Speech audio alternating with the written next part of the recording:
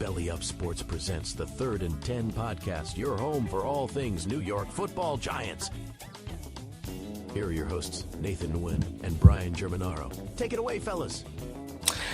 The conference round is now set in the NFL playoffs. 8 teams entered this weekend with a chance to make to the top 4, and we have our top 4. Fortunately, some of the teams that I wanted to be in the conference round aren't going to be there, and so I don't know who to freaking root for anymore. But that's okay, because the NFL playoffs have been such a fun event overall, and it's kind of sad that it's going to end. It's been incredible. We've had 3 bad games. That's it. 3. Yeah, no complaints whatsoever with any of the games.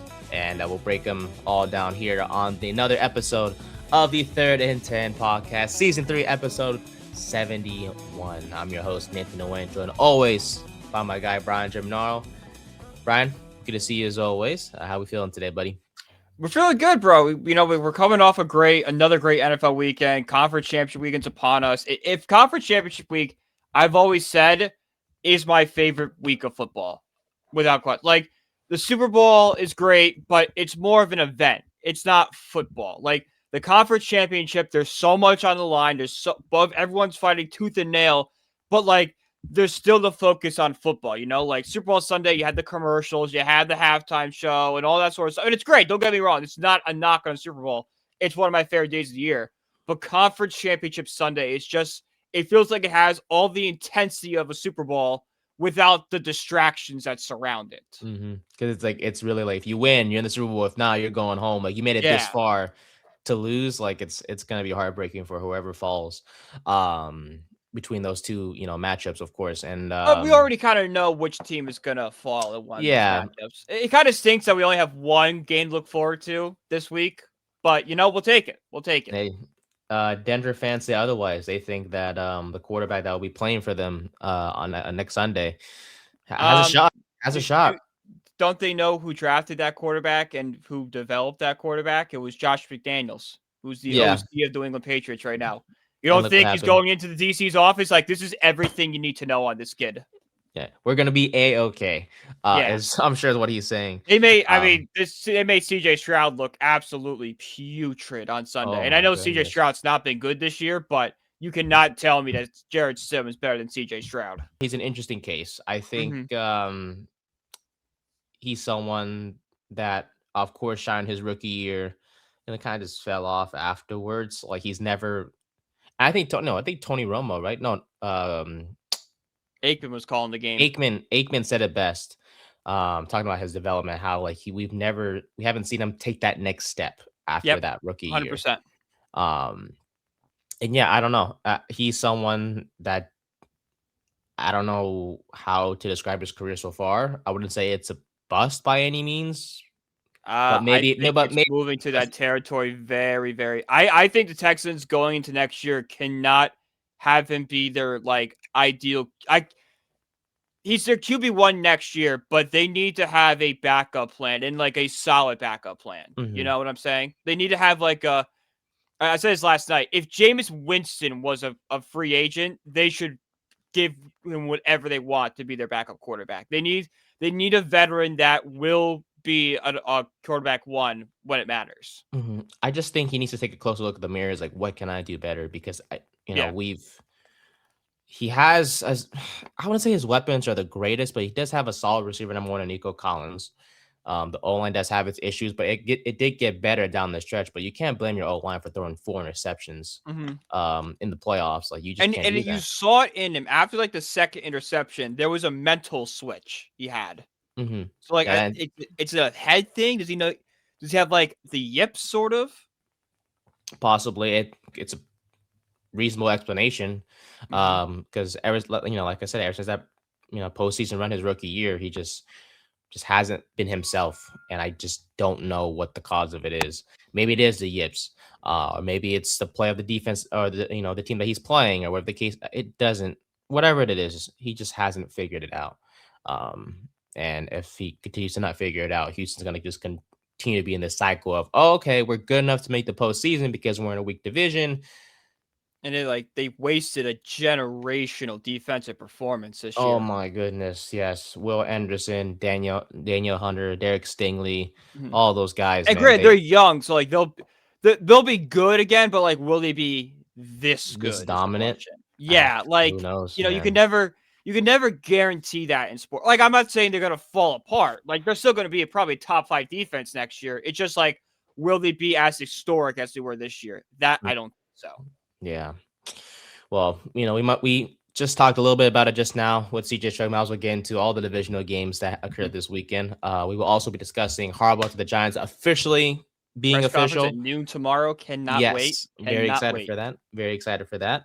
In terms of the Harbaugh stuff, there were some updates that we want to share with you guys because there's more than meets the eye when it came to making things official between the head coach and the team. And we'll also be talking about the Bills and their head coaching position, which is now vacant. I feel like we'll talk about that with the Broncos games. Yeah, I feel like they're very hand in hand. ties in together. Yeah, good idea, my friend.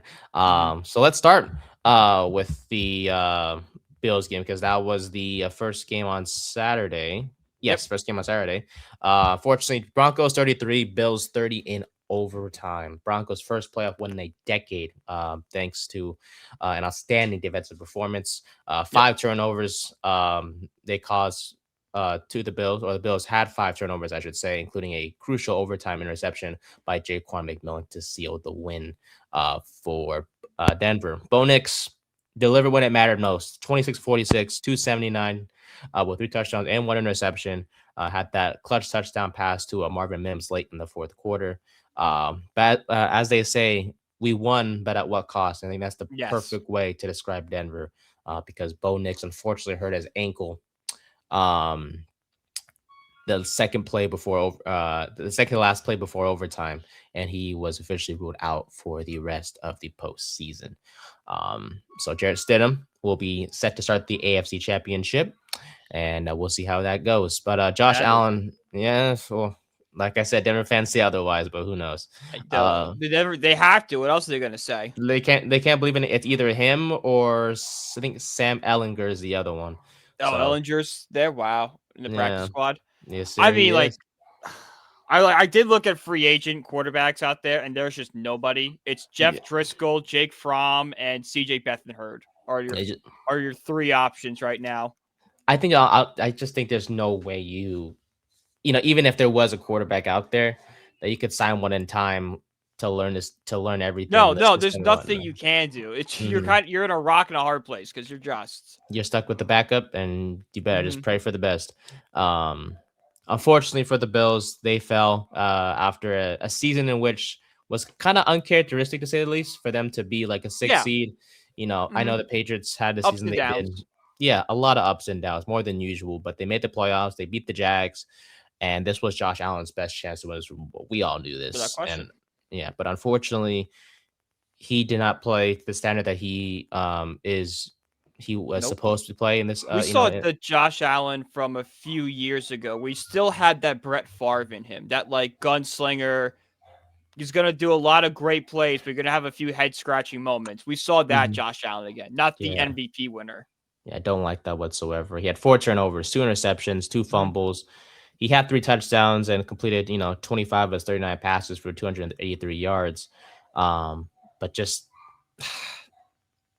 with Josh Allen, he's also an interesting case in that, he's an MVP, quarterback. He's won the MVP to be exact before. Great leader, great regular season quarterback, right? Yeah. But when it comes to the postseason, this was, like I just mentioned, this was his best chance to win. And the fact that he was just so careless with the football. It's Peyton Manning. It's Peyton Manning early in his career before 2006 is what we're watching right now with Josh Allen. And if Peyton Manning doesn't win that Super Bowl in 06, it's probably the narrative he has until Denver. Yeah. And it just makes you wonder, is he ever going to win a Super Bowl for as good as he is? Good question. That's a great question because there is no guarantee he's going to win that Super Bowl because this was his best chance. Teams are only going to get better. New England is super young. They're going to get better after this.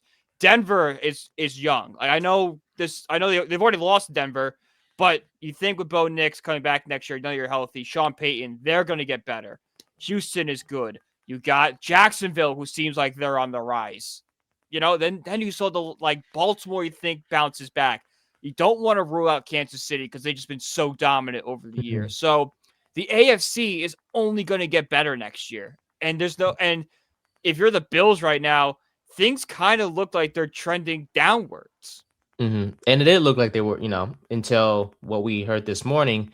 Not to say that this move is going to make him better, but Mr. Sean McDermott, who was the head coach of the Bills, was fired earlier this They had morning. to do it. They had to. They had to pull the trigger. There had to be a change after this because, and this is nothing against McDermott. I think he's a good coach. He did wonderful things in Buffalo. And once we're 10 years down the line, I think he will get his number probably in the Ring of Honor. He did a lot for that franchise. Think about where Buffalo was when he was brought in to where they are now. That doesn't happen without the leadership of McDermott. But it's similar to what we said about Harbaugh, is that the messaging has gotten stale. The players aren't bought in anymore. That, I think, is what happened to McDermott. And you kind of you tapped out at what McDermott could be. Now you need to find the person to bring you guys to the next level. It's similar to the Harbaugh situation with Baltimore, right? It's very similar. Like he was a consistent winner. McDermott himself, he this was his 7th straight season winning 10 games or more. Yeah. The longest. Like I said, when he got to Buffalo, they were a joke. They were just coming off that playoff drought. He turned things around for them like a full 180.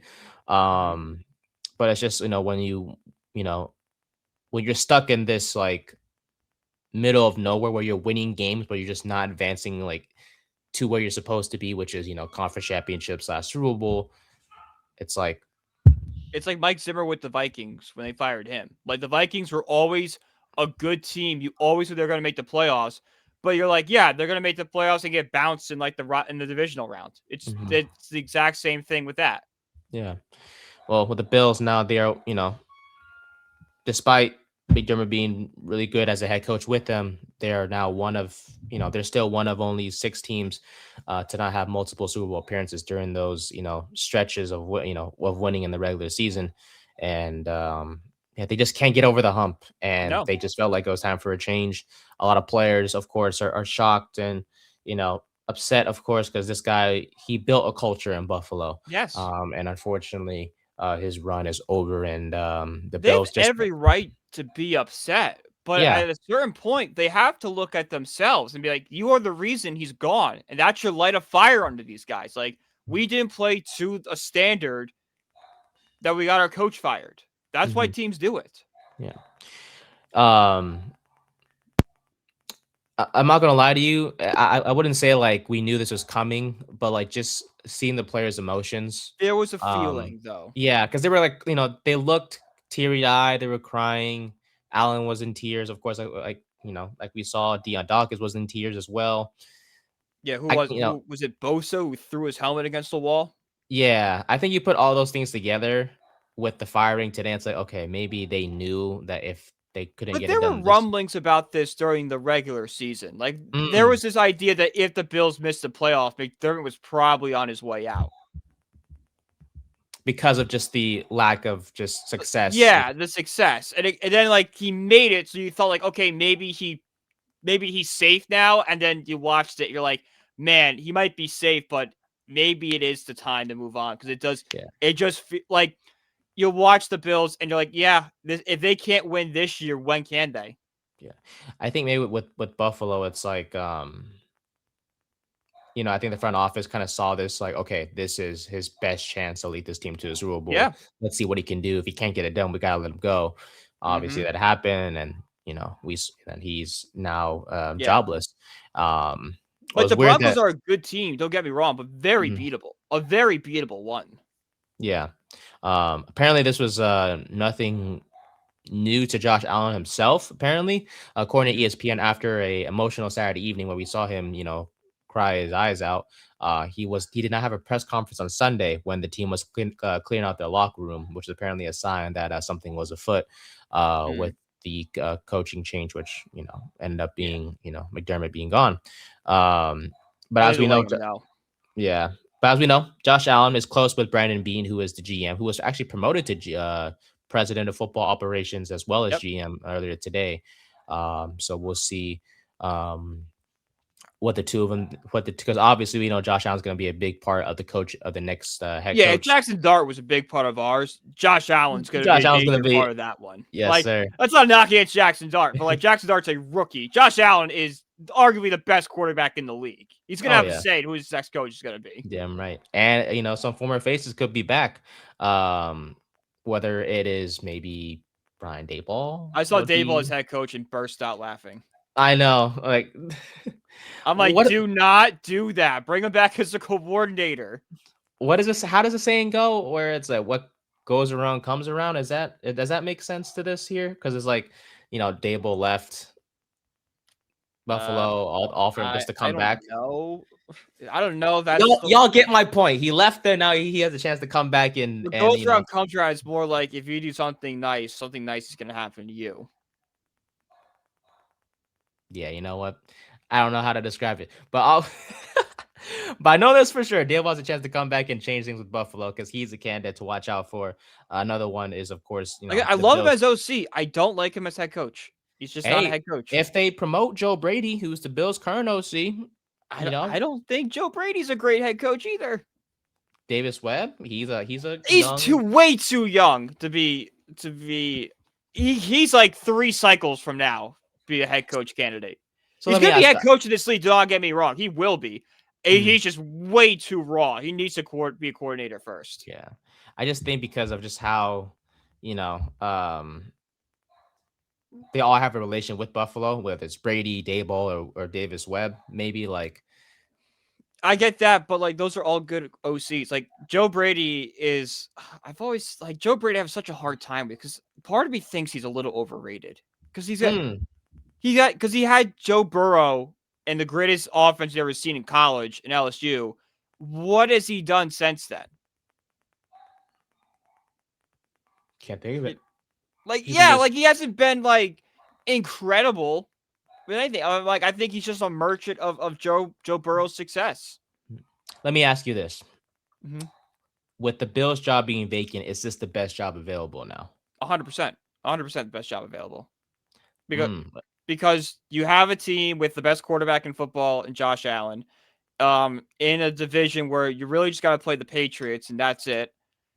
And a team that's made the playoffs pretty consistently. So the foundation is already there in Buffalo to go in tomorrow and be a Super Bowl contender. That's 100% the best job.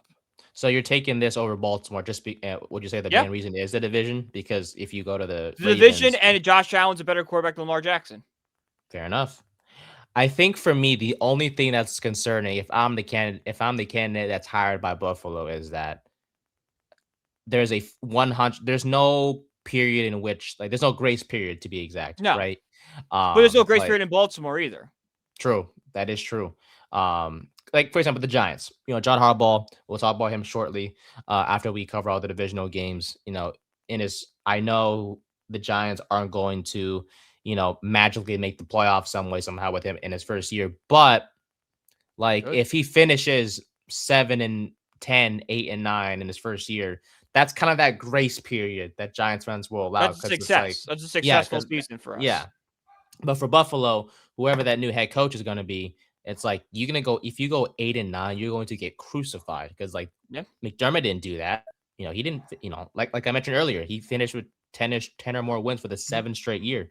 That's the longest streak right now in the NFL, right now. So whoever that new guy's going to be, you got to hit the ground running. And I get what you're saying, but at the same time, it's like that would make the most attractive job be like Tennessee or Atlanta. And would you really rather go be Atlanta than do work with Josh Allen? Yeah. I'd much rather work with Josh Allen and deal with the grace period. No, I would too. I think it's just the pressure that you're going to face. I don't think it's an attractive job because of who you have at quarterback. And you know how I feel about Josh Allen. I love him to death, but it's just the pressure's there. And but these guys should want the pressure. Yeah. Though. You No, know, if they're I- competitors and want to win, they have to go in for that pressure, and that's what no, Buffalo is. nothing's gonna be easy, especially No. in the AFC. So, um, I don't know. It's an attractive job. There has its pros and cons, like with all jobs, of course.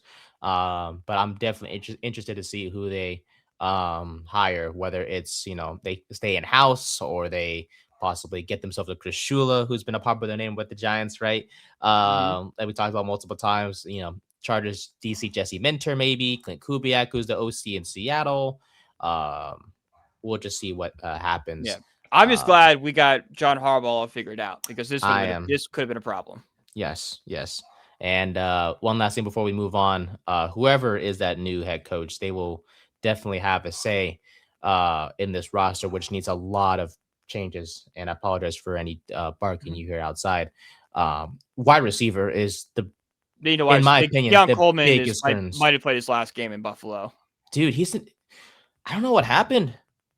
I really don't. I mean, he showed some flashes rookie year, but like he just has fallen off since. Yeah.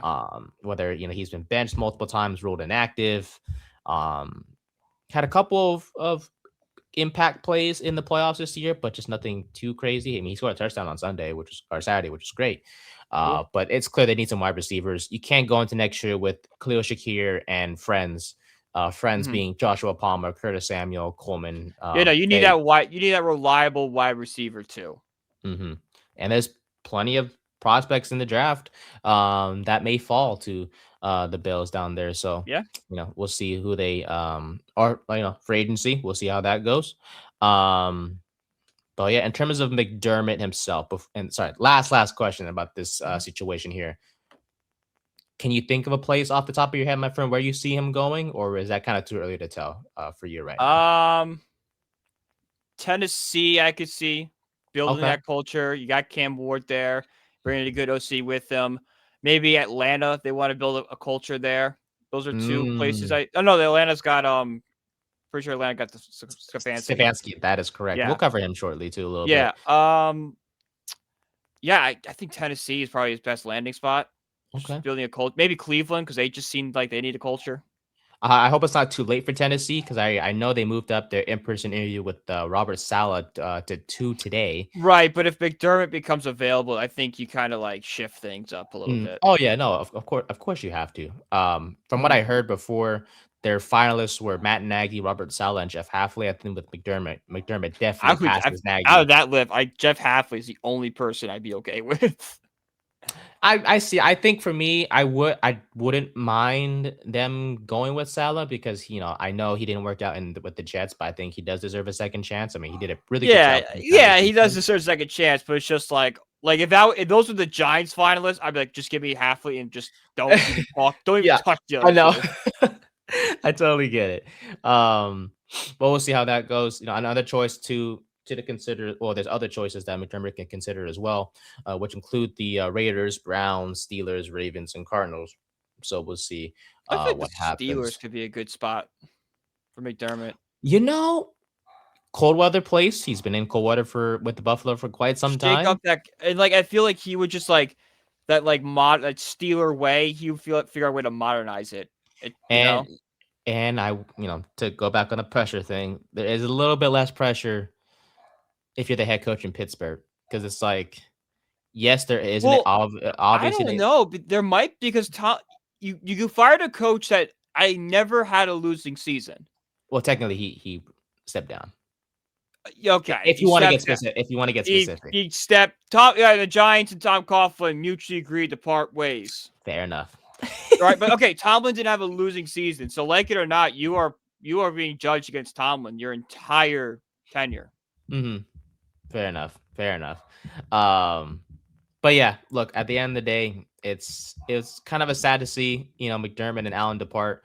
Look, like I said, they were a consistent winning duo together, and unfortunately, things didn't work out here in Buffalo. And let's see, we got some comments from Matt here. I apologize, Matt, for missing your comments that you sent a few minutes ago.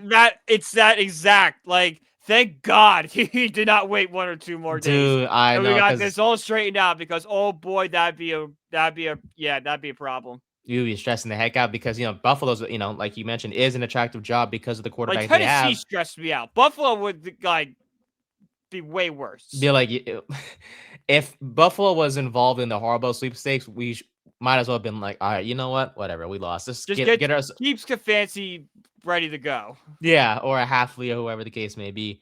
Buffalo needs to change. McDermott's a good coach, but one wild card exit, 4 divisional exits, 2. Yeah, exactly. It's just they were too stuck in the middle, like we mentioned. It was just especially this year, no Lamar, Burrow, or Mahomes to face. Like those three, one of those three guys, or maybe all three, will definitely be back in the playoff conversation next year.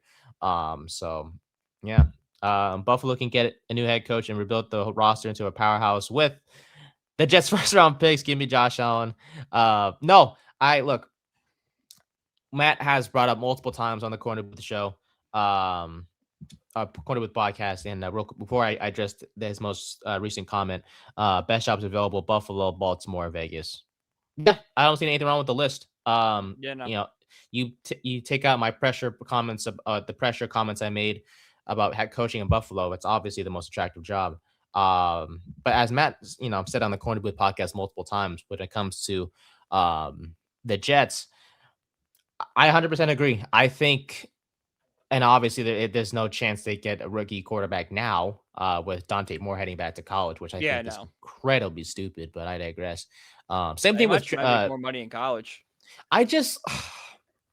Here's the thing. Well, and I'll get to my point about the Jets after this, but it's like, I look at Dante Moore. I think about Trinidad Chandler. So I'm just like, isn't the goal to go pro? Like, I get it. You make money in college. I completely understand. But it's like, at the end of the day, the goal for everyone is to go to the NFL, and you have the chance to be a very high top pick. Dante Moore was projected to go second to the Jets if he were to declare.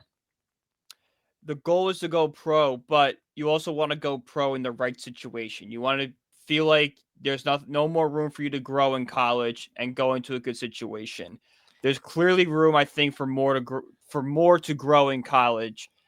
And do you really want to go to the Jets where it already feels like Aaron Glenn's on the hot seat? Fair. And I do want to counter argue by saying, okay, you go back to college. What if you just suck? You're right. It's a risk. It's 100% a risk. Yeah.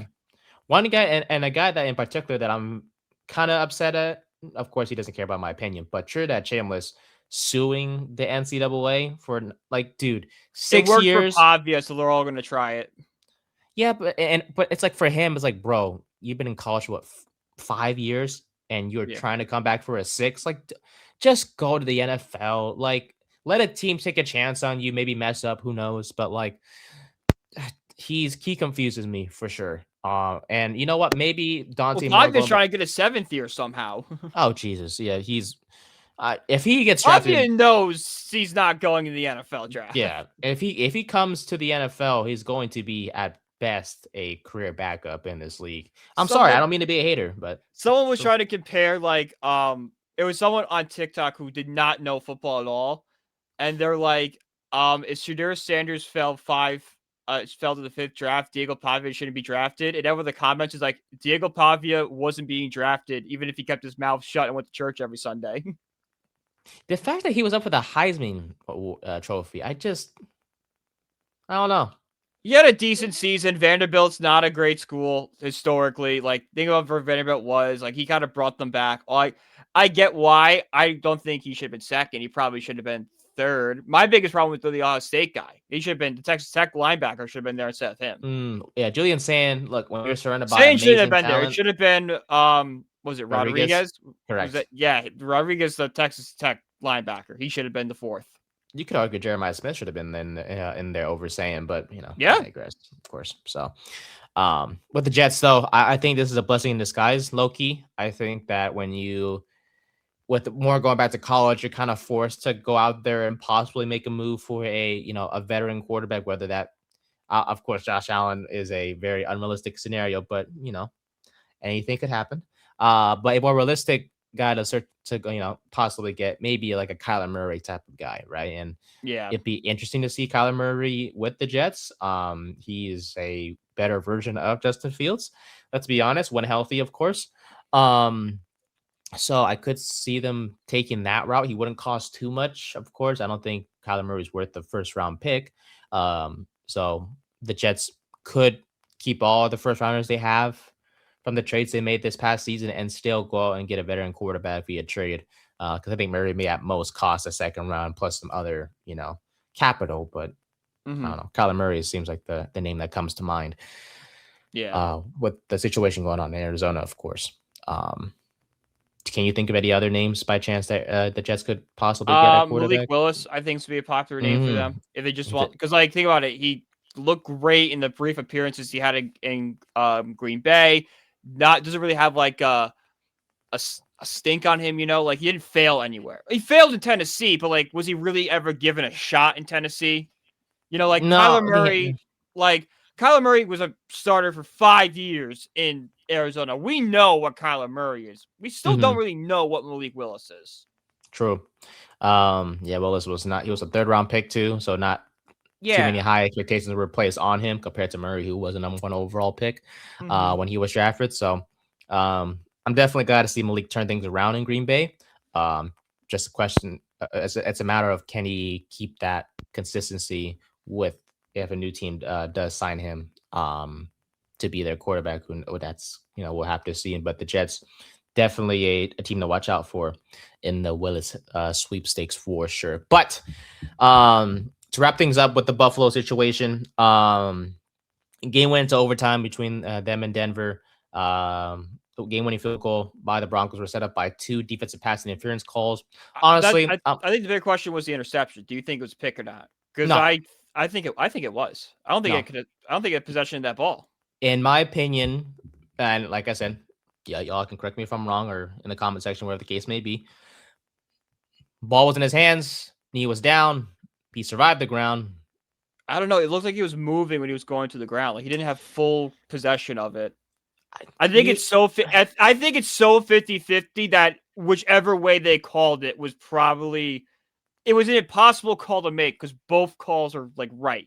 You know what I'm saying? And there's going to be backlash either way. Yes, it was a lose-lose situation for the refs.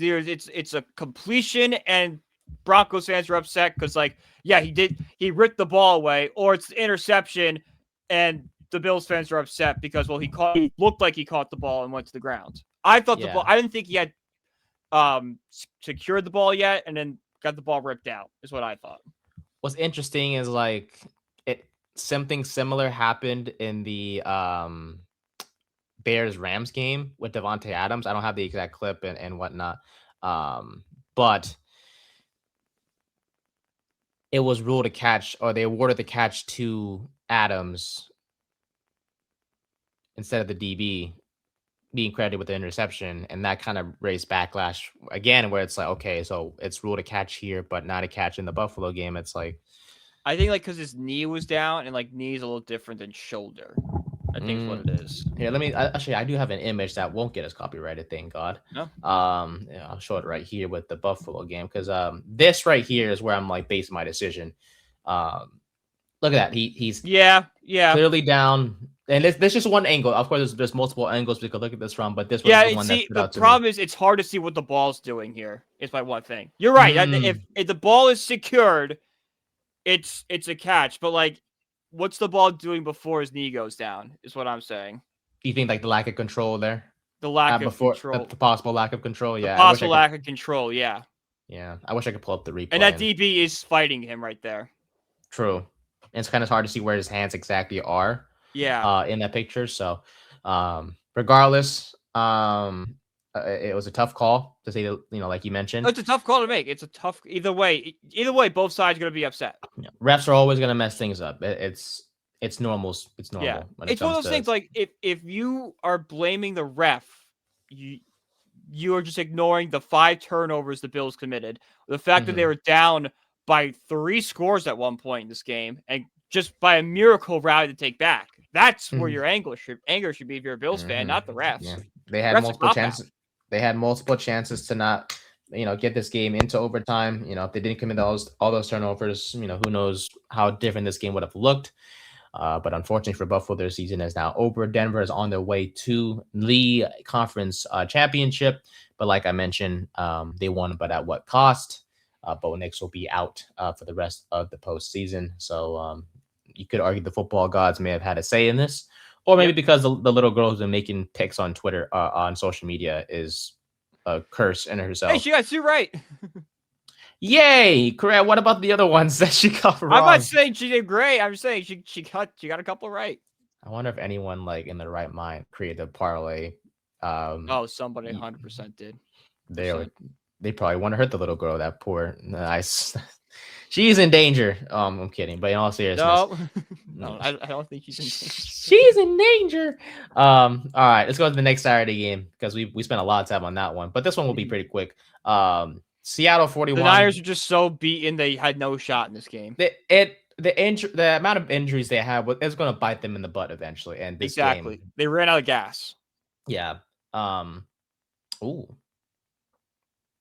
We got breaking news. Sort of. The Chiefs reuniting with Eric Bieniemy. No, Bieniemy. I saw this morning they have requested an interview, so they're official. Cool. He is back as the OC again. So all right. Yeah. I like it. I mean, Mahomes had a lot of success with him. Don't like it if the Chiefs decide to keep Matt Nagy or no, they're not keep Matt Nagy. What am I doing? Unless he wants to step down as an assistant, but I doubt Nagy will want to do that. Well, then again, there's not many. I don't see the hype behind Matt Nagy. I really don't think he's a head coach. He's a good head coach. We saw it in Chicago. Yeah, I 100% agree. He's terrible. So maybe he steps down, maybe as an assistant, maybe a QB coach. Who knows? I don't know. But Bieniemy back with Kansas City.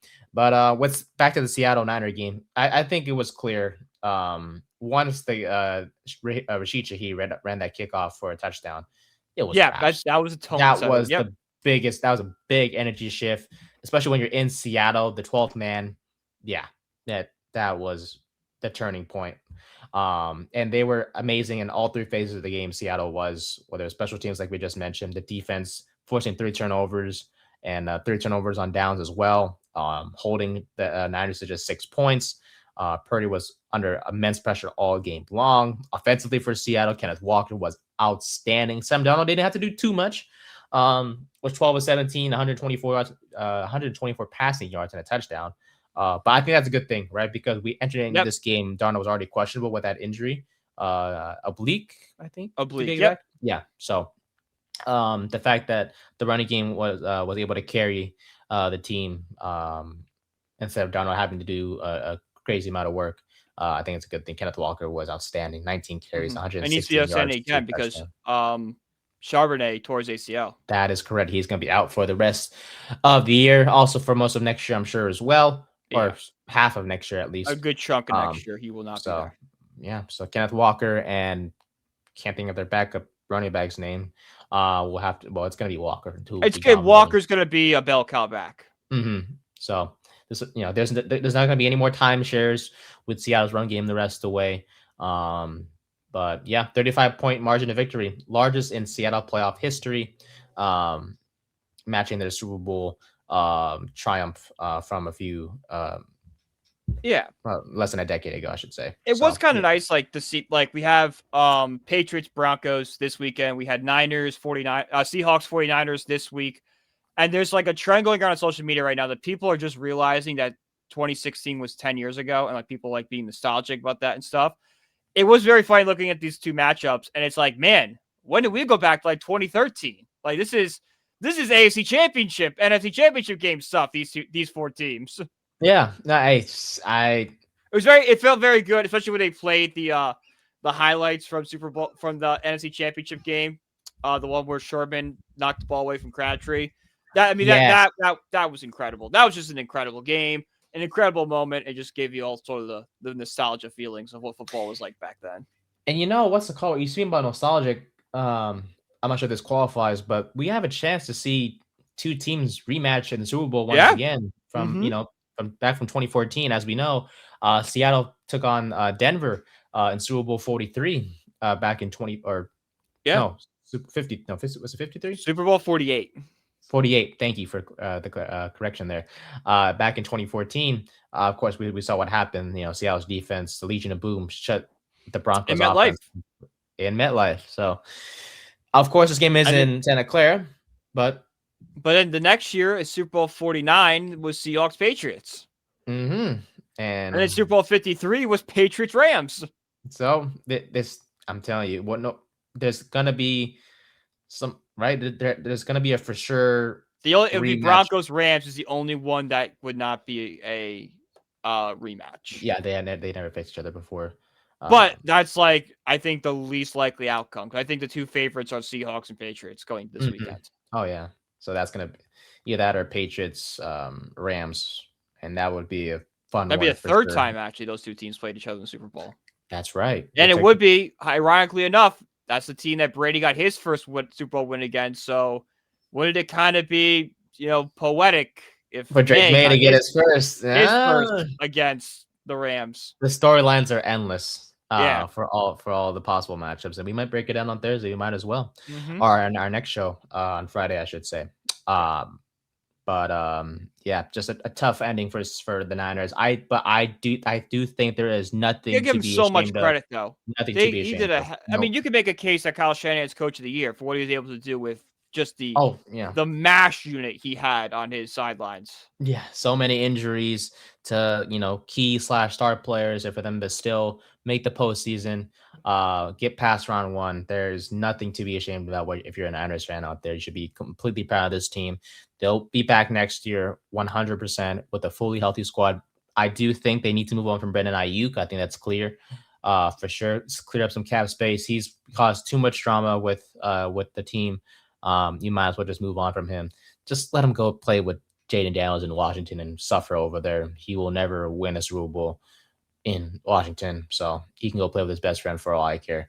If I'm a Niners fan, of course. But yeah, that game went down on Saturday night as we went to Sunday.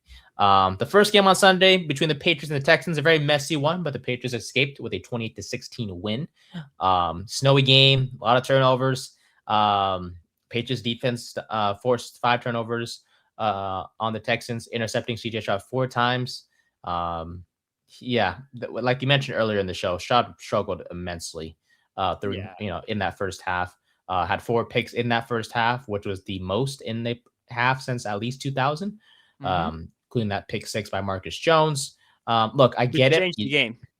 Because think about that point, the Texans had forced that fumble on May, went down and scored. They were up 10-7, and you had this feeling like, okay, Stroud, if he could just keep it together and this Texas defense could continue to give May fits, they got this game. Yeah, and well, look what happened. And then Stroud to the pick 6, and after that, it was all Patriots. Completely changed. And I get it. When you don't have Nico Collins, you lose Dalton Schultz early in the first half. Like, you don't have much weapons to throw to, or many weapons, I should say. But you do have a Christian Kirk who shined last week. Jaden Higgins didn't play as bad. You had Kate Stover, here and there with some catches as well. But at the end of the day, Stroud just did not look good. 20 of 47, so completing less than 50% of his passes for 212 yards, 1 touchdown, and then the interceptions, like we just mentioned. Not like Drake May played any better, really. No, Drake May did not have a good game. No, he had 3 touchdowns, he had 3 touchdowns, but had those 3 turnovers himself. Only threw 479 yards. One of those turnovers because it was at halftime. Right, it was the interception. Got to the Hail Mary, yeah. Basically. The Hail Mary, he got picked off. I'm like, okay, you can't count that one against them. That was, that's a nothing. That's a nothing burger. You think it's stupid to consider maybe not counting those towards the player, like in general? No, I think so. Like the NBA, how it's like they don't count full court shot attempts anymore. Yeah, because it's just like, like if it's a touchdown, it's impressive, but if it's an interception, it has no impact on the game. If it's a touchdown, it should count. If it's not a touchdown, it shouldn't count towards. Or if it's an interception, it shouldn't count towards the player's stats.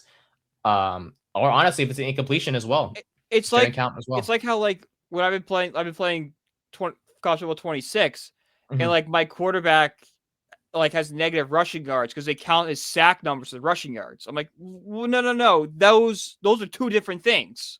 Yeah, I always wondered why college did that. I think that's something they should maybe. I know it'd be a sort of a big change. Wouldn't say it would cost them too much. But why? Like a sack is different than rushing. Yeah, a sack doesn't count as negative rushing yards in the NFL. So why should it count in college? You know what I'm saying? Like, kind of keep it. Because I'm always like my quarter. I'm like, I'm almost like, yeah, my quarterback probably got rushed for like 60, 70 yards. And like, you look at the stat line, it's like 5 rushes, -5 yards, but like longest run of 22 yards. It's like, okay, these numbers aren't adding up here, guys. Yeah, they don't make sense. So, uh, something the NCAA should look into, maybe if they would like to Yeah. make some changes. But yeah, Patriots moving on. Texans, the loss. This is their 7th consecutive divisional round defeat. And they will now they're 0-7 in these They got type to of sign games. a quarterback. I mean, Stroud's their starter next year, but I feel like it's kind of a very similar with Minnesota, where that leash is short on CJ Stroud. Yeah, and that's crazy to say because he was a 2nd overall pick. You can make the argument the Panthers were right with Bryce Young now. Imagine telling somebody that 2 years ago that the Panthers made the right choice here. And Bryce Young, he's a very quiet, reserved, but he's a leader in that sense.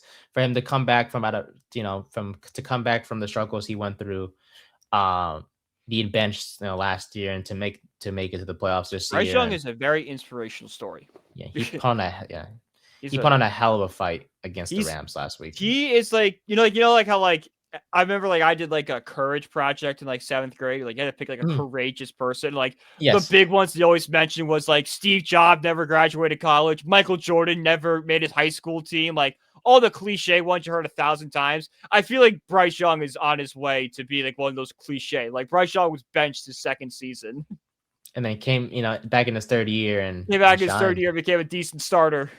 And I'm really happy for him. I wish him nothing but the best. I do hope the Panthers, like we mentioned in a previous episode, I really do hope they are those quiet contenders that come out of nowhere and shock the world in the wild card round and maybe make it to the conference. Because I don't think they're going to win a Super Bowl anytime soon, but they are a fun team to root for. I could see them making some noise next year again in the postseason, maybe making it to the divisional round and maybe causing a havoc there. And whatnot. So, all right. Last but not least, the last game of the on Sunday, which was so much fun to watch. Another overtime game. Rams 20, Bears 17. Look, we know about the game-winning field goal by Thicker the Kicker himself, Harrison Mevis. That was set up by that was his nickname. What an incredible name!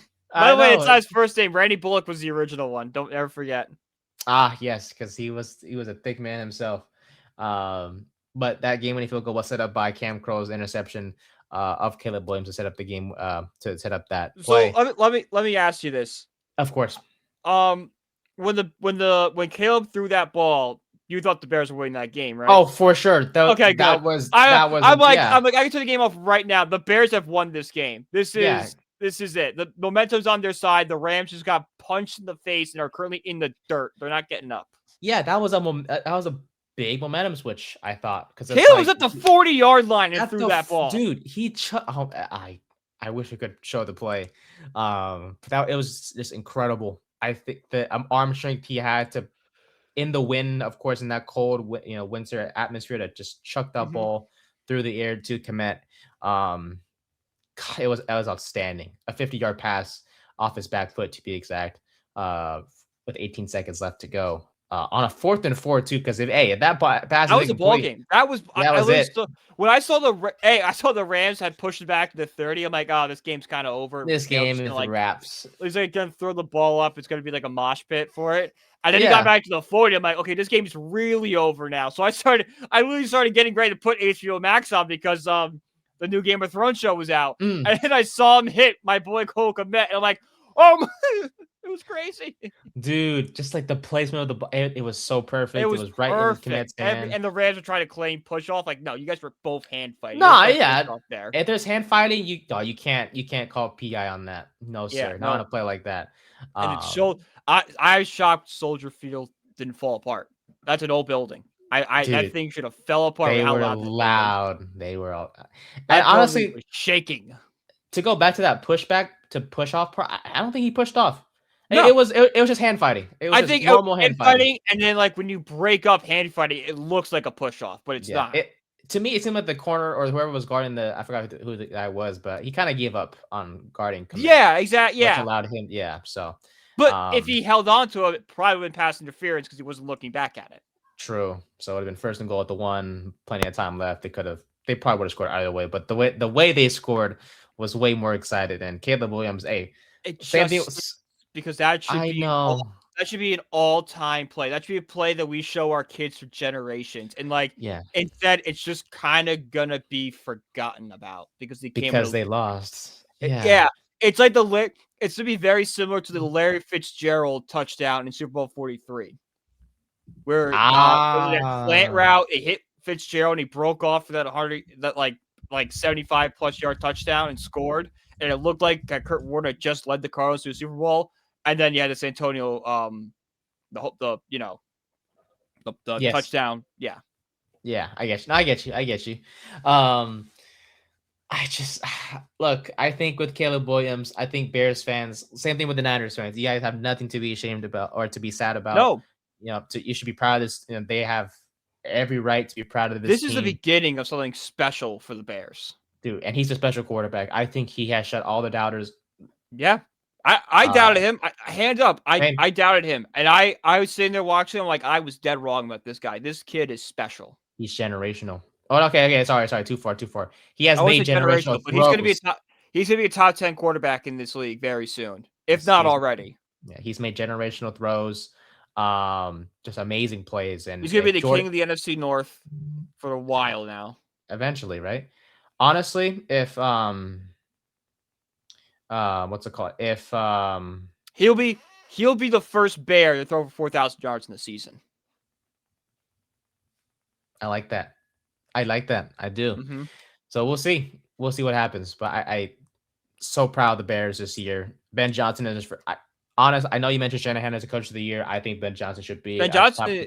No, I think it's either Johnson or Vrabel will be the coach of the year. But I think you can make a very compelling case for Shanahan. Yeah, Shanahan's top 3 for sure. No doubt about it. I think the way this season's since the way the postseason is going, I think the Vrabel's going to win it for sure. It stinks. There's like 5 guys you say is coach of the year. You think Vrabel's coach of the year? You think Ben Johnson's coach of the year? Liam Cohen could be coach of the year. Yeah. Yes. Honestly, Liam Cohen does have a strong coach of the year. What? Cohen does have a really strong case because he took Jacksonville. Does. Like there's 4 guys right there. I think whoever wins coach of the year, I will not be mad at because I'm just like, yeah, nope, that makes sense. There's 4 guys who could honestly win it, and you just sit there and go, yeah, that makes total sense. Makes sense. Yeah.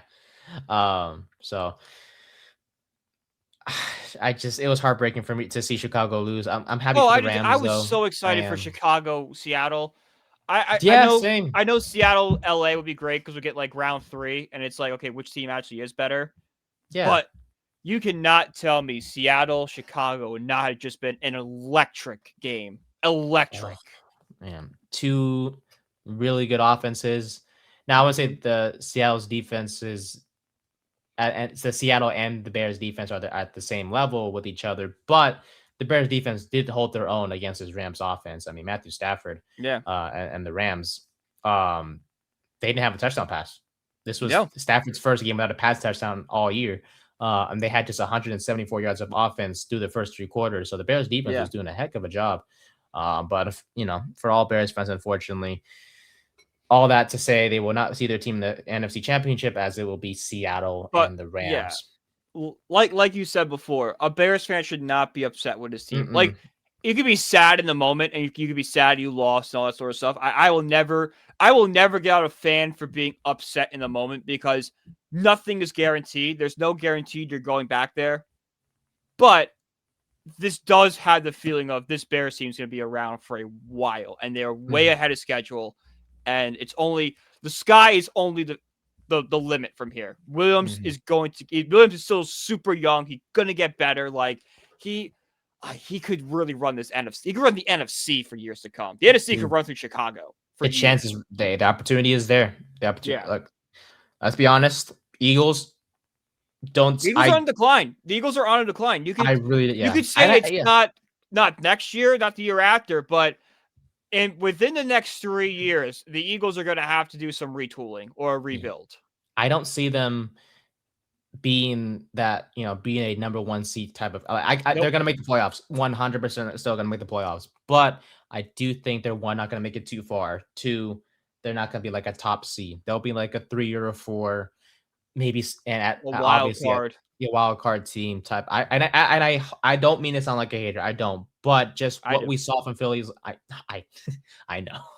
But what we saw from Philly this year, there are problems on Philly that are far beyond just an OC fix. Yeah, but whether it's and it's crazy. I hate to say it, but it's true. The head coach situation, I don't know how to feel about Sirianni. I don't. He's a Super Bowl champion. There is no taking that away from him. He's a I've consistent always playoff said that about appearance. Sirianni is he's a perfect head coach for an Eagle hater because he wins just enough to keep him there, but he's not good enough to win. And I know he won a Super Bowl, but I think that's more of like Kellen Moore's offense, a historic year for Saquon Barkley, and a lights out defense. And you played a Chiefs team that really shouldn't have been there in the first place. I think everything just broke right for Sirianni that year. Every other year, you look at Sirianni and you're like, something's off with this Eagles team. And I think it's that the fish rots from the head down, if you know what I mean. I think it traces all problems back to him. I think but his resume is too good. You can't fire him. So it's like, cool. You kind of stuck in would you say like the rock and a hard stuck? Yeah, rock in a hard place, no man's land. Like one of those two. It's like, all right, Sirianni is definitely like a flawed head coach, but he just wins these games and we can't fire him. I think the best way we do have breaking news. I'll reel it in about 15 seconds. I think with Sirianni, he should have had a better. Sirianni should have done more this year because of due to the offensive struggles. But you know, at the end of the day, the Eagles they didn't make it too far in the playoffs this year. Happy to see that, honestly, as a Giants fan, and I really hope that John Harbaugh and our boys can stick it to the Eagles for as long as he's the head coach of New York because Harbaugh has been very successful against the Eagles in his career, actually. So, but the breaking news I want to report. A head coaching vacancy position has been filled, my friend. Really? The Miami Dolphins are expected to hire Jeff Hafley as a new head coach. Oh, how do you feel about that? Nice, Mr. Hafley. How do you feel about that off the top of the head? That's good. Miami kind of needs a culture shift. He worked in Green Bay for years. He knows the winning culture. He's from LaFleur's tree, which is an off branch of McVay. So maybe that success kind of starts with LaFleur as well. Yeah, I think it's a nice move for Miami. Yeah, as we know, Hafley is a defensive-minded coach. That defense just could use some work. Definitely not one of the best units in the NFL whatsoever. But of course, the biggest question I think with Miami, you got to bring a good OC in there to help that offense. Because look, Devon Achane is exciting, he's outstanding, but you look at everyone else and it's like, what do we have? Like, what are you gonna do with Tua? Right? Is Waddle gonna be along? I think it's move on from Tua. I think you want to would you trade Waddle? Yeah, I mean, so kind of like you got to start over. I think if you trade Waddle, I think you make Waddle available and you see what you can get. Yeah, I think start again. Just if you're only getting offers like 3rd or 4th round picks, you maybe hold on to him. But like if you're getting like 2nd, 1st round picks, maybe some young players, you pull the trigger. Yeah, you got to start over if you're Miami. Yeah, like, I think Hafley's a great coach to start over with. But like you don't push to trade him. You're not shopping Waddle. It's just like he's here. If you want him, make us an offer. Yeah, and make us a good one, and then we'll accept it. If not, exactly. And I hope with Miami, and I'm sure they will follow this, or follow my wants here. You got to give him some time. You got to give Hafley time. Yeah. Like this team is in full rebuild mode. Whether you trade Waddle or not, like this team need some time to rebuild and grow. Because 1, they're not going to contend for the AFC East anytime soon. I'm sorry to say. No. But 2 as well, like there's just so many holes on this team that it cannot be solved in 1 to 2 seasons. Like maybe the point where we can start criticizing Hafley, 2028 is the earliest. I think you got to give him some time. So yeah, that's fair. I'll give you that. Yeah. But speaking about head coaches, finally, things are official between John Harbaugh and the New York Football Giants. I think Saturday was when everything was made official Yep. between the Yeah, two. so the post came Yeah, out was Saturday. yeah. But there were some scares between the Giants and Harbaugh and whatnot, according to the Athletic, which I love to death. I love the articles they released, and I know you've read articles from them too, my friend. Mhm. So let's kind of go back to what we know. What we already know. The team, both the Giants and Harbaugh had dinner together, as we know. It went really well. That kind of sealed the deal for us.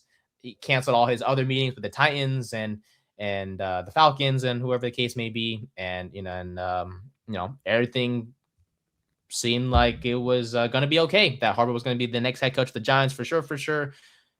But then we heard, okay, there's a little bit of delay.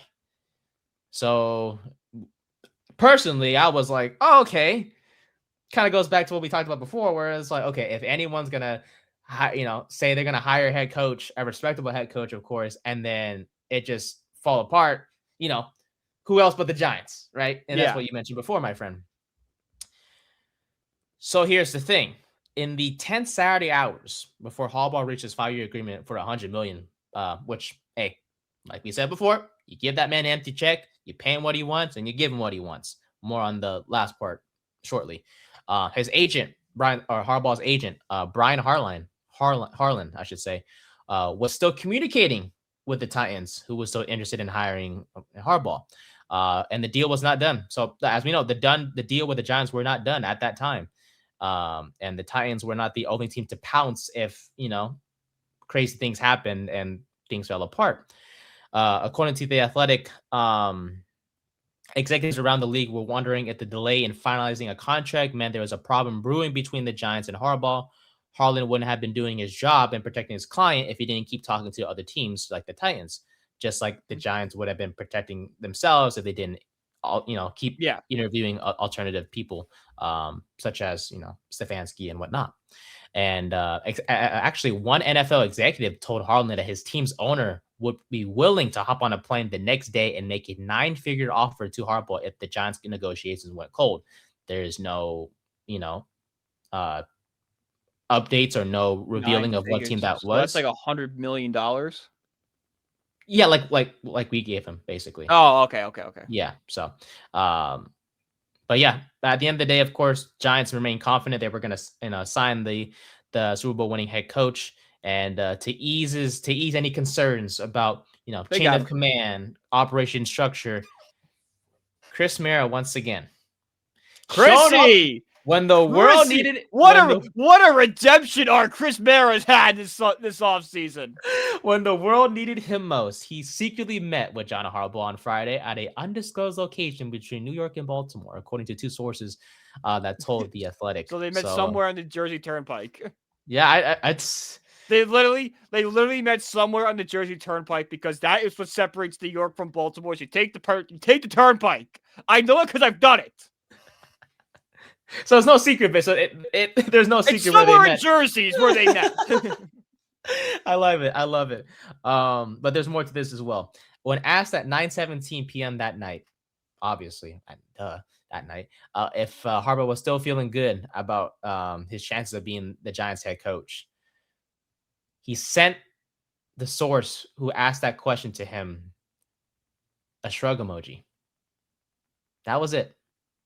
Why, you may ask? Well, Harbaugh needed it in writing that he would report to John Mara and not to Joe Schoen, which is a complete 180 from how the Giants have operated things throughout the course of their history. As we all know, the Giants have historically been a GM-centric organization. Even with Tom Coughlin, he always reported to the GM. There was not the ownership wasn't as involved as it's going to be now with Harbaugh.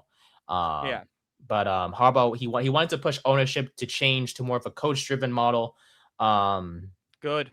And is why this is gonna to occur. And Chris Mara told the Athletic on Sunday, quote, "I felt like I had a pretty good read on the connection that I made with John Harbaugh. We shared the same vision and the same goal. So at the end of the day, it was all about let's put a structure together that we are comfortable with." And I think we need to have an apology tour for Chris Mara, because we said a lot of mean things about him on this show. Yes, we have. Myself included. I think I was beating the drum pretty hard on that. What Chris Mara has done in this John Harbaugh sweepstakes is incredible. And it gives me confidence that when he does take over this team one day, he will run it better than John has. Yeah. You know, I'm very happy with how ownership has handled this. Ownership has And done a great job. they Like have done we've an been very outstanding critical job. of them, but we have if you can be critical of someone, you have to praise them when they got something right. And man, have they gotten this right. Yeah. It's it is scary at the end of the day because if things fell apart, man, Tennessee would have been right Oh, there. if Or things the fell other team. apart, we would have Yes. protested. There would have been you sell this team right now, and you give it to someone that actually knows what they're doing, because you buffoons, you have no clue what's going on. Yeah. And to wrap things up, Chris Murray, there's a quote that he said as well, said, "I believe in the long run, this agreement came down to a conversation between John and John," meaning John Mara and John Harbaugh. And Harbaugh was That's struck got to by be a Mara's sandwich now at MetLife. You got to make the John and John sandwich. John and John. Oh man, I want to go to a Giants game. I hate living in the West Coast because of it. But when the two sat down on a Wednesday, John and John, Harbaugh was The struck Johns. by the Johns. Harbaugh was Papa John's. Sorry, I don't know why that came to mind. Harbaugh was struck by Mara's courage and spirit, as we all know. That's still my favorite piece, and I'm not thinking off topic here, but Papa John, when he was fired from Papa John's, had an interview when he said the day of reckoning is coming, and I kid you not, about 6 weeks later, the world shut down because of a pandemic. I don't want to say those two events are related. However, the timing is very coincidental. You're damn right. You're damn right. He said the day of reckoning is coming, and I kid you not, like 2 months later, we had the global pandemic hit. I'm like, is this Papa John's fault? It could be. Shoot, they have. He also said he ate 40 pizzas in 30 days. What the? Yeah, Papa John's went through it for a while after he was discovered to be a horrific racist. Not as bad as a Subway guy. Okay, I digress. I will not go too far on that. Yeah, but what Papa John did is horrific and wrong. Do not get me wrong, but Jared from Subway is a whole different level of wrong and horrificness. Story. Yes, sir. Well, at the end of the day, it was a complete crazy 48 hours between Harbaugh and the Giants organization. But at the end of the day, John Mara, Chris Mara, Steve Tisch as well, they all agreed that they will give Harbaugh what he needs to make the Giants contenders again, whether that means reporting to the ownership, the budget, or the ability to have his, to hire whoever he wants to hire for his own staff. Everything was given to Harbaugh, or was agreed to be given to Harbaugh, and John Mara was the one chosen to make the call to the head coach to let him know that he was going to be their new head coach. And yeah, things were official on Saturday night via DocuSign, I should say. And I've used that. I do as well. So it's like, hey, I've used the exact same thing. They're one of us. They're one of us. I know. They're just like you. They put their pants on one leg at a time too. Yeah, they use DocuSign as well. They're just. We can relate to coaches and players. How relatable! I know, right? Does the site suck for him too? Because that sucked for me. It causes us some headaches. Imagine this was all just a made up story, and it was just like they actually were finalizing the deal because DocuSign was just not working. I know. I can't send it. We'll use something else. All right. Say we had a problem with this because we just said we couldn't get the website to work. It's gonna look really bad on both of us. I know. So they come up with something, right? But at the end of the day, the deal is done. We have our coach. We're gonna have the coaching staff is TBD at this time. Todd Monken has been interviewing with other teams for the head coaching positions and whatnot, and I think some OC positions as well. But at the end of the day, as Harbaugh promised us, doesn't come here. Call Davis Webb. Yes, hey, a young quarterback coach. You put him with Jackson Dart. I think it's gonna be good for him and his growth. Mm-hmm. Yep. But at the end of the day, no matter who is hired, Harbaugh made a promise to us, saying we're going to compete for the playoffs and for championships, and he expects and wants to make the playoffs next year. Now, of course, that is easier said than done. But if it does happen, it will not only bring happiness to me and Brian for the first time in our lives when it comes to this podcast itself. I was gonna say I've been happy a lot We've been happy a lot. Yeah, there's a lot of things that go right for me in my life. I mean, they mentioned sign Bo Bichette. Like, that's pretty good. Yeah. Oh, I need to get your opinion on that before we get off for the day. But if John Harbaugh becomes the first head coach ever to win Super Bowls with 2 franchises, all this drama, all the situations the Giants had to go through to hire this man, it's going to be one hell of a story, isn't it, my friend? It is going to be. It'll be a great book. It will be a great Yes, book of how.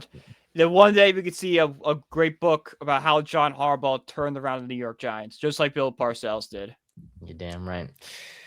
So, hey, I'm very excited for this new era of Giants football, man, and I cannot wait for next year to come around and to see our schedule and how it looks. I am so excited for the primetime games again with this team. And no prime times yet. No prime times yet. We're not good enough for prime time. Hey, I know we aren't, but we're gonna be on prime time. Oh no, we are times because of our new head coach. We got prime times games when we sucked.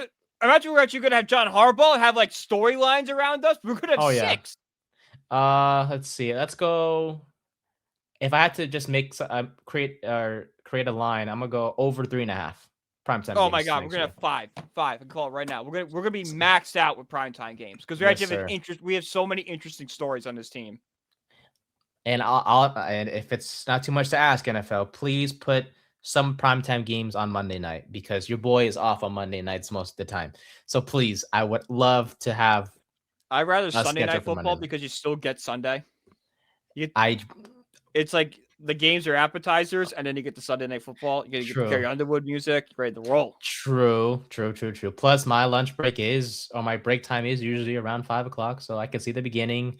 My lunchtime is around 7-ish, so I can see the last part of the. Okay, so I guess Sunday night wouldn't be too bad. What? Yeah, wait. Sunday night starts what? Sunday football starts like 4 out there. 5. 5:20. Yeah. That's Sunday evening football. Like for us, for me, it makes sense. It's 8:20. That's Sunday night football. That's Sunday night. I've been waiting all day for Sunday evening. That doesn't sound right at all whatsoever. No, because you haven't. Yeah. It doesn't sound. But you know what does sound right, my friend? The Mets making a big signing. And Bo Bichette. Congratulations. Yeah, I know. So this move is 100% reactionary for us losing Kyle Tucker. You could definitely make that. I've made plenty of videos this weekend. I made one for Belly Up, 2 for my personal TikTok. Go check them out there. At Brian Peachy 1016. But so we offer Kyle Tucker $55 million over 4 years. Opt out after the second and third year. I don't know when the opt outs are, but I'm gonna guess it's like a second, third year thing. He went to the Dodgers. That's a whole different story. We could spend an hour on that and how the Dodgers are broken baseball and the finances and all that sort of stuff. But this is a great pivot for the Mets. I love Bo Bichette. He had a down year 2 years ago, but this past year, batted .300, super clutch, doesn't strike out a lot. Defense is iffy, but he's moving to third base, which is much easier to play than shortstop. He doesn't replace Alonso's bat in the lineup, but he's like a Alonso adjacent at bat, where he's like he's like the best contact hitter in baseball. So he's not better than Alonso. It's just different than Alonso. So I like it. It's a 1-year deal. I think him, Lindor, and Soto are going to be a problem at top of that lineup next year. So very excited, but they need a power bat. Whether that's Alvarez or Vientos stepping up, Carson Benji, who seems like he's going to make the open day roster, or go out there and make a trade for somebody, because you got the pieces now with Beatty and Vientos and Mauricio all being third baseman, and like the infield's pretty much taken up. Move one of them and get a true power bat at DH. So I don't have much to say about it. I would say first, congratulations. Second, I wish Kyle Tucker was on the Mets. Same. I look, to be honest, I rather Kyle Tucker than Bichette, because Tucker, he fits the Mets better than Bichette does, because we're playing Bichette out of position, and B, he is more closely to an Alonso replacement. But that's not a shot at Bichette. Like I said, Bichette's not worse than Alonso. It's just different than Alonso. If that makes sense. I hate to compare it to football, but would you say it's kind of like it's kind of similar to the Harbaugh situation, where it's like, oh, if we didn't get Harbaugh, like, okay, Stefanski's he would be a nice option. He would be the guy that we wanted. But would you kind of compare it to that, or is that kind of like different between? That's different. I would say it's kind of like if you went from like Joe Burrow to Lamar Jackson. You know, the skill set's different there. Okay. Like Joe Burrow is a more pure pocket passer. Lamar Jackson is a dual threat quarterback. Both good. It's just like, is one truly an upgrade over the other one? I was thinking in terms of like, okay, we didn't get our top guy. Now Bichette's like, okay. From that angle, yes. Yeah, Okay, that's that. I gotcha. thought you meant more for like play style. I get you. Yes, that's a good way of putting it. It's like Tucker was a good option, but Bichette was a good backup. And I think you covered this already. You said Bichette's going to be playing third base. Is that correct for the third bets? base? Yeah, so it's going to be probably Polanco at first, Simeon at second, Lindor short, and then Bichette at third. Don't know what left field is because I heard reports that Bellinger is still an option for the Mets. They might have offered him like a 3-year deal with about $41 million annually with opt out after the first year. And the Yankees said they're not getting into a bidding war with us, so that's a hard contract to say no to.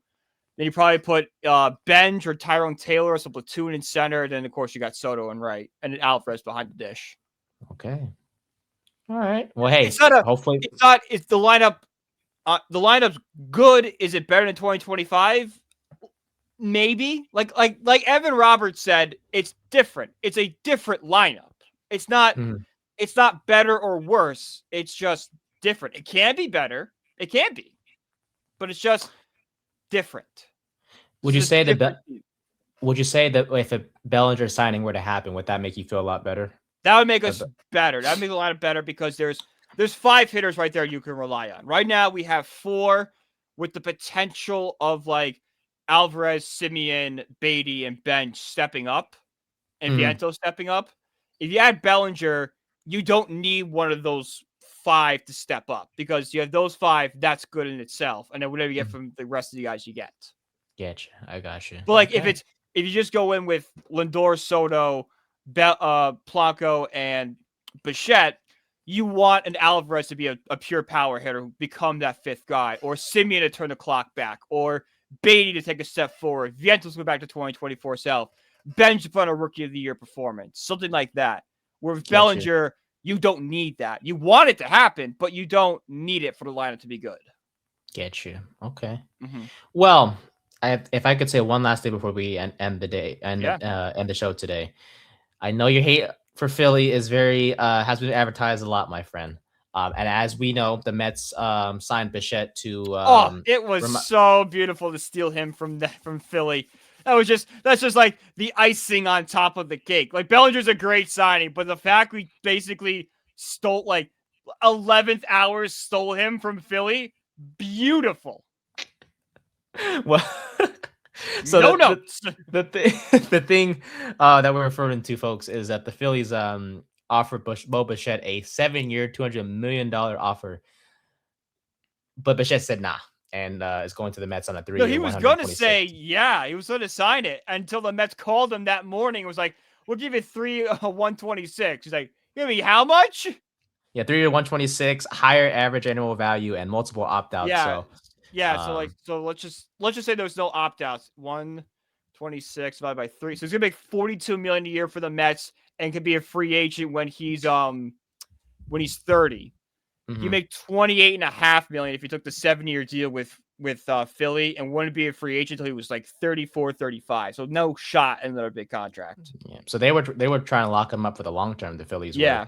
But the Mets, with the Mets, from what I am understanding or what I've seen in recent past, they always manage to treat players right and they will make sure any deals that they offer. They like short-term deals. They like 3-year deals. They don't like going past 3 years. Unless you're Juan Soto, of course. Well, that Juan Soto is a different story. Yeah, for sure. Juan Soto is a once-in-a-generation free agent.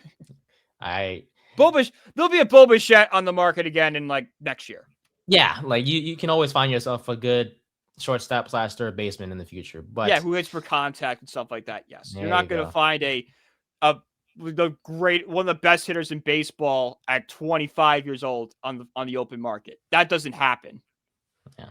So, well, with that being said, baseball season once football ends in We are February. 23 days from pitchers and catchers reporting for the Mets. So Yes. Very exciting. I'm very excited. Baseball right around the corner. Can't wait to root for the A's again to suck ass.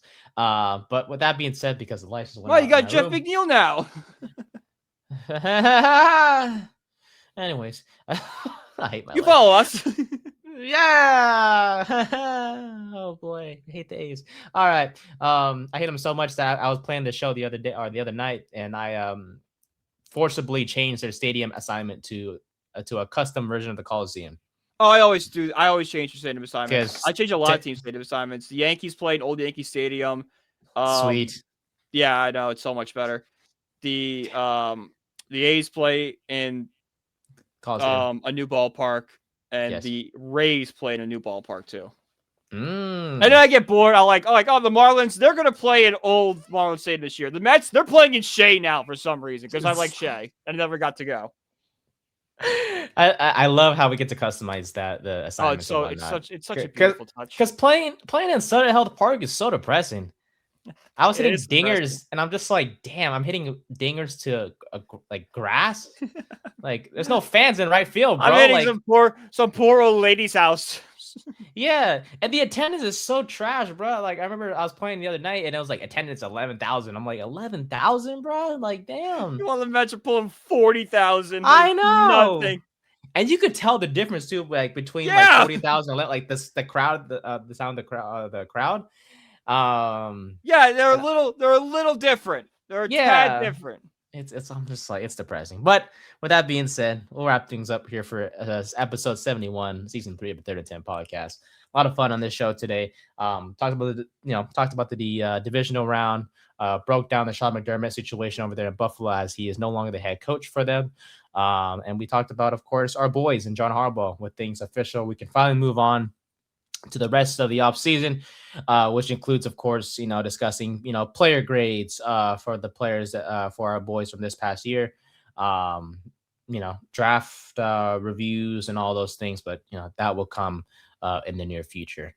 So we'll see how this Giants team looks in terms of coaching staff and free agency and all those things when we get there. And we'll always break it down here on the 3rd and 10 podcast. You can follow us on social media as always. You can follow me at Nathan_Nguyen24. You can follow Brian at BrianPG1016. And then you can follow our podcast page at 3rd and 10 podcast on the TikTok as well. Actually, before we go, this be the last thing. Yeah, of course. We had a commenter. It was a friend of mine. He commented back in August that the Broncos were going to be in the AFC Championship game. I meant to bring this up when we talked about it. Ooh. He's also a diehard Patriots fan. So I shouted him out on our Instagram page. Shout out to him for getting it right back in August. Oh, hey. Predictions are hard to get right. If you make right predictions, I'm gonna shout you out. So make predictions on our comment pages. It's not easy to get these predictions right. No, it's not easy. It is not. And for a Patriots fan to come out and say, obviously, he would always, of course, he's obviously gonna say the Patriots are gonna, make the AFC Championship, the Super Bowl, whatever the case may be. But for him to be like this, no, he actually didn't believe this year. He's like, I think the Broncos are the dark horse. That's my hot take this year. And so it's just he nailed it. It's what we're talking about. Bo Nix, and he goes, hot take: Broncos make AFC Championship game this year. Shout out to him. Shout out. I need to find his name, but it's on the Instagram. You can go check it out there. I'll take a look for sure. But shout out to you, my man, for getting that prediction right. And we'll see how far Denver goes. Hey, it'd be a hell of a story if Denver wins the whole damn thing with Jarrett Stidham. But we'll see what happens in the conference championships, which we'll give our predictions for later on in the week in our next episode. But for Brian, I'm Nate. Oh, shout out to our sponsor, SeatGeek. By the way, use the code BaileyUp Sports for $20 off your first purchase. And you can find my article work, Brian articles work, and all of our other amazing writers and podcasts at BaileyUpSports.com. We'll see you guys in the next one. Enjoy tonight's college football. This episode is gonna be out Indiana. On Tuesday, so yes, I am also going to Indiana, but for purposes, for Jared purposes, because usually I for friend purposes. Yes. There you go. But yeah, we hope you guys enjoyed the college football playoff final between Miami and Indiana, and we'll see you guys in the next one. Go Giants! We finally got a coach. Bye.